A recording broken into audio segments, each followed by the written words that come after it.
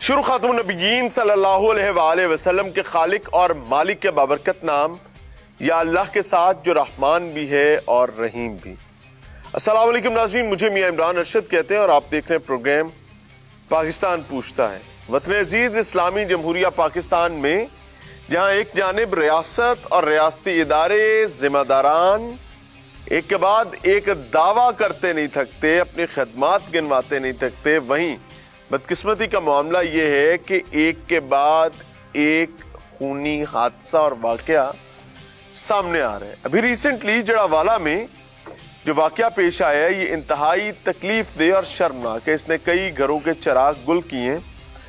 ایک 23 سال پرانی دشمنی کو ایک نئے رنگ، نئے ڈھنگ، نئے انگ کے ساتھ ایک تیسرے سٹیک ہولڈر کو اس دشمنی میں گھسیٹ کر سامنے لایا گیا ہے، اور باقاعدہ ایک دعوت پر جانے والے خاندان قبیلے پر قاتلانہ حملہ کرتے وقت 4 لوگوں کی جان لی گئی ہے اور 2 لوگوں کو زخمی کیا گیا، اور بھرے شہر میں چھپ چھپا کر نہیں، دن دہاڑے بالکل چند فرلانگ کے فاصلے پر پولیس ملازمین موجود تھے، لیکن حرام ہے کسی نے دفاع کے لیے اپنے چیمبر کو بھی لوڈ کیا نہیں۔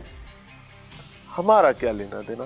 ہمارا کام تو بدقسمتی کے ساتھ حادثہ اور واقعہ ہو جانے کے بعد شروع ہوتا ہے۔ ایک حادثہ ہو رہا ہے، ایک واقعہ ہو رہا ہے، تو ہم کیسے اس کے اندر مداخلت کر سکتے ہیں؟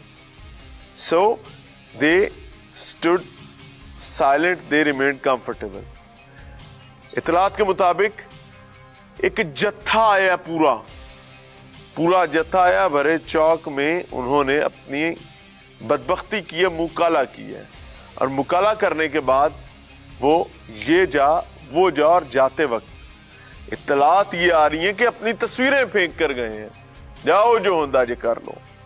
اس میں کتنی صداقت ہے یہ تو پولیس کی انویسٹیگیشن کے بعد پتہ چلے گا، لیکن مدعی مقدمہ فیملی یعنی مظلوم خاندان، یعنی وہ خاندان جنہوں نے اپنے گھروں میں بچوں کو اب یتیم کے طور پر دیکھ رہے ہیں، میرے ساتھ موجود ہے۔ اللہ ان کی تکلیف کو رفع کرے، اور یہ جو ایک دیرینہ دشمنی کا شاخسانہ سامنے آیا ہے اس میں عافیت کا معاملہ کرے اور ہر فریق کے لیے خیر پیدا کرے، اس میں امن قائم کرے۔ السلام علیکم۔ وعلیکم السلام۔ سب سے پہلے تو جی تعزیت قبول کریں، اللہ تعالیٰ اس حادثے میں جو اس جہان فانی سے کوچ کر گئے ان کی مغفرت کا معاملہ فرمائے، آپ لوگوں کو صبر جمیل عطا فرمائے، اور آنے والے دنوں میں اس شر کو دفن کرے اور کوئی نیا عذاب کھڑا نہ ہو۔ 23 سال پرانا واقعہ تھا جی میاں صاحب، 23 سال پرانا واقعہ۔ ابھی کیا ہوا بعد میں بات کریں گے، 23 سال پہلے کیا ہوا؟ یہ جو مردہ گڑا مردہ جو ہے وہ اٹھ کر کھڑا ہوا، یہ کیا واقعہ؟ میاں صاحب یہ ہمارے گاؤں سے 2-3 گاؤں چھوڑ کے 70 گاہ ہے، رتی رتا اسے کہتے ہیں۔ آپ کا تو 30 گاہ جی ہمارا 30 گاہ ہے۔ ٹھیک ہے۔ ادھر ایک مشتاق نامی جٹ برادری کا اسکول ٹیچر تھا، ٹھیک ہے۔ اس کی حفیظ ارائیں نامی آدمی سے لڑائی ہوئی، اس کے بعد اس نے اسے اپنے گھر میں بلایا، کچھ دنوں کے بعد کیا ہو تمہارے ساتھ صلح کرتے ہیں۔ ٹھیک ہے، دھوکہ دے کے جب وہ صلح کرنے کے لیے گیا تو اس نے اسے مارا، اپنے دوسرے بھی اس کے ساتھ تھے، بھائی تھے اس کے، مار کے اسے گلی میں پھینک دیا۔ ارائیاں نے جٹاں دے منڈا جٹا نے ارائیاں نو، ٹھیک ہے، حفیظ ارائیں جب گلی میں پھینکا اسے تو وہ پانی مانگ رہا تھا کہ مجھے، ابھی زندہ تھا؟ ہاں جی زندہ تھا، کہ مجھے پانی پلا دو۔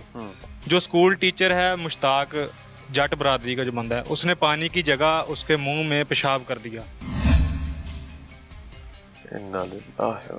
جس کے بعد جو حفیظ تھا ارائیں جو زخمی تھا اس ٹائم، اس نے اسے کہا کہ مشتاق تو نے بہت زیادتی کی ہے میرے ساتھ، وعدہ کر لیں جی تو مجھے مار دے، اگر میں بچ گیا تو جو تو نے زیادتی کی ہے نا، یہ گندی حرکت کی ہے میرے ساتھ، میں بچ گیا تو میں تمہیں مار دوں گا۔ کچھ دن اسے لوگ اٹھا کے ہسپتال میں لے گئے، کچھ دنوں بعد وہ بچ گیا؟ جی بچ گیا تھا، تب وہ بچ گیا تھا۔ کچھ دنوں بعد وہ جب گھر میں آیا واپس تو 15-20 دن کے بعد اس نے اپنا بدلہ لینے کے لیے مشتاق نامی جو آدمی تھا نا اسے قتل کر دیا۔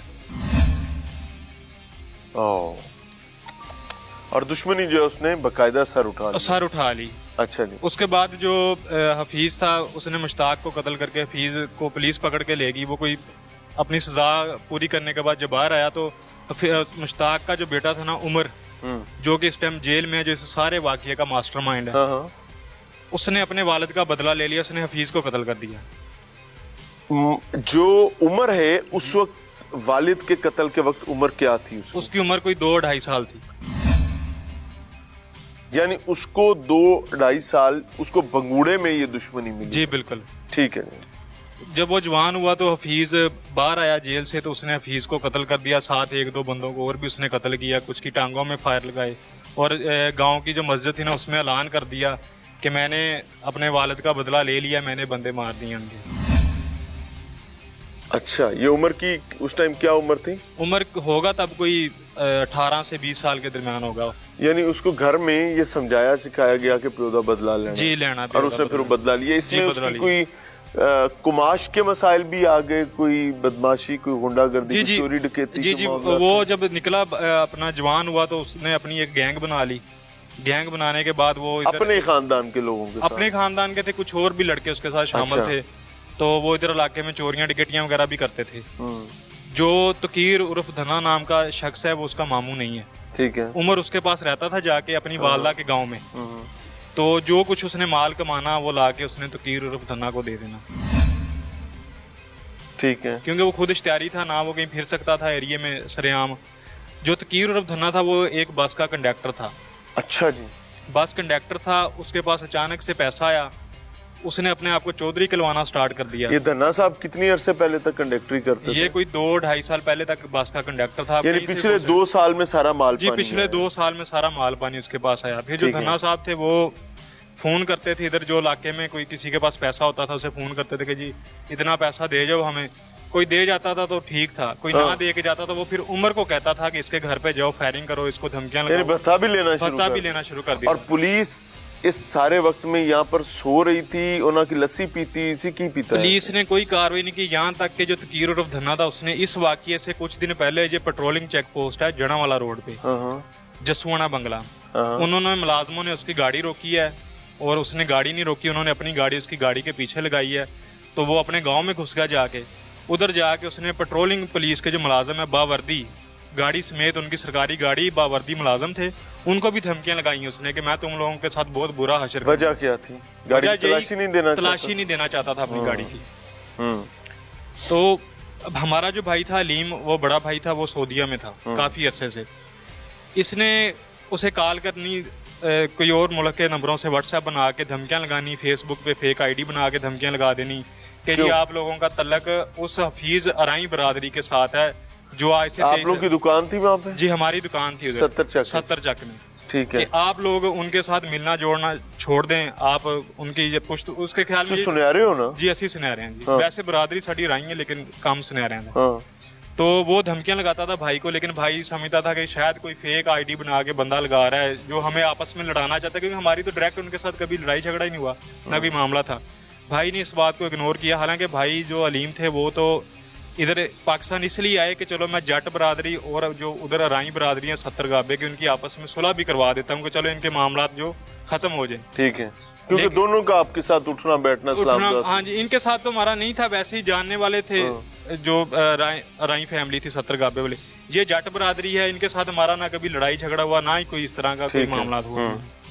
تو جب بھائی پاکستان میں واپس آئے تو انہوں نے, وہ ایک شادی کی تقریب میں جا رہے تھے, یہ تھڑا مار کے بیٹھے ہوئے تھے ادھر بوٹے والی جھال سٹاپ پہ.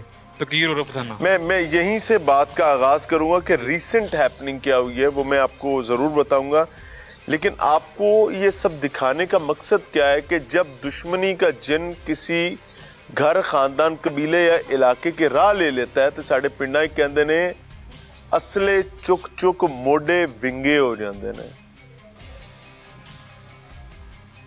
یہ لمحہ فکری ہے. دشمنی پیدا کرنی انج تے نبھانی نسلاں رول جاندیاں نے. پتر بھی کہندا ابا کی کیتا ہی. ملتے ہیں بریک کے بعد. ناظرین, پروگرام میں ایک بار پھر سے خوش آمدید.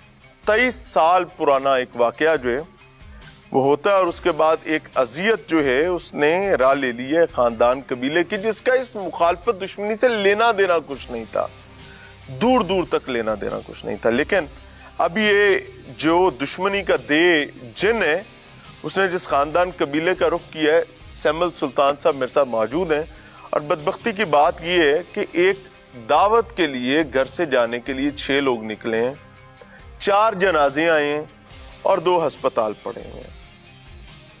مخالفین نے جو حملہ کیا ہے پھر اس دیدہ دلیری کے ساتھ کیا ہے کہ مبینہ طور پر کلیم یہ کیا جا رہا ہے کہ وہ جاتے ہوئے اپنی تصویریں پھینک کر گئے ہیں. لیٹ می سے اٹ ویری کلیئرلی, وہ ان کو نہیں بتا کر گئے, ان کے لیے تصویریں نہیں پھینک کے گئے, وہ تصویریں پھینک کر گئے ہیں ریاستی اداروں کے لیے. وہ پولیس کو بتا کر گئے کہ یہ وقت ہے تمہاری, یہ حیثیت ہے تمہاری, جاؤ کچھ کر سکتے ہو تو کر کے دکھاؤ. کیونکہ اگر ان کے لیے تھا تو ان کے ساتھ تو جو انہوں نے کرنا تھا وہ کر گئے. 6 لوگ تھے, 2 زخمی کر دیے, 4 مار دیے, اور بچا کیا تھا کرنے کے لیے. تو یہ جو نیا دروازہ کھول کر گئے ہیں پولیس کے لیے کر کے گئے ہیں. کیا ہو پکڑ سکتے ہو تو پکڑ لو. اللہ تعالیٰ آپ کے لیے بھی آسانی کرے اور ظالموں کو بھی ہدایت دے. سمجھنا یہ چاہ رہا ہوں کہ ماضی میں جو ہوا وہ تو آپ نے بتا دیا, حالیہ واقعہ کیا ہے؟ حالیہ واقعہ میاں صاحب جو میں نے بتایا کیا وہ سچ ہے؟ جی آپ نے جو بتایا وہ تو سچ ہے میاں صاحب. یہ تصویریں کیا واقعی ہی ملزمان پھینک کے گئے ہیں؟ جی وہی پھینک کے کتنے ملزمان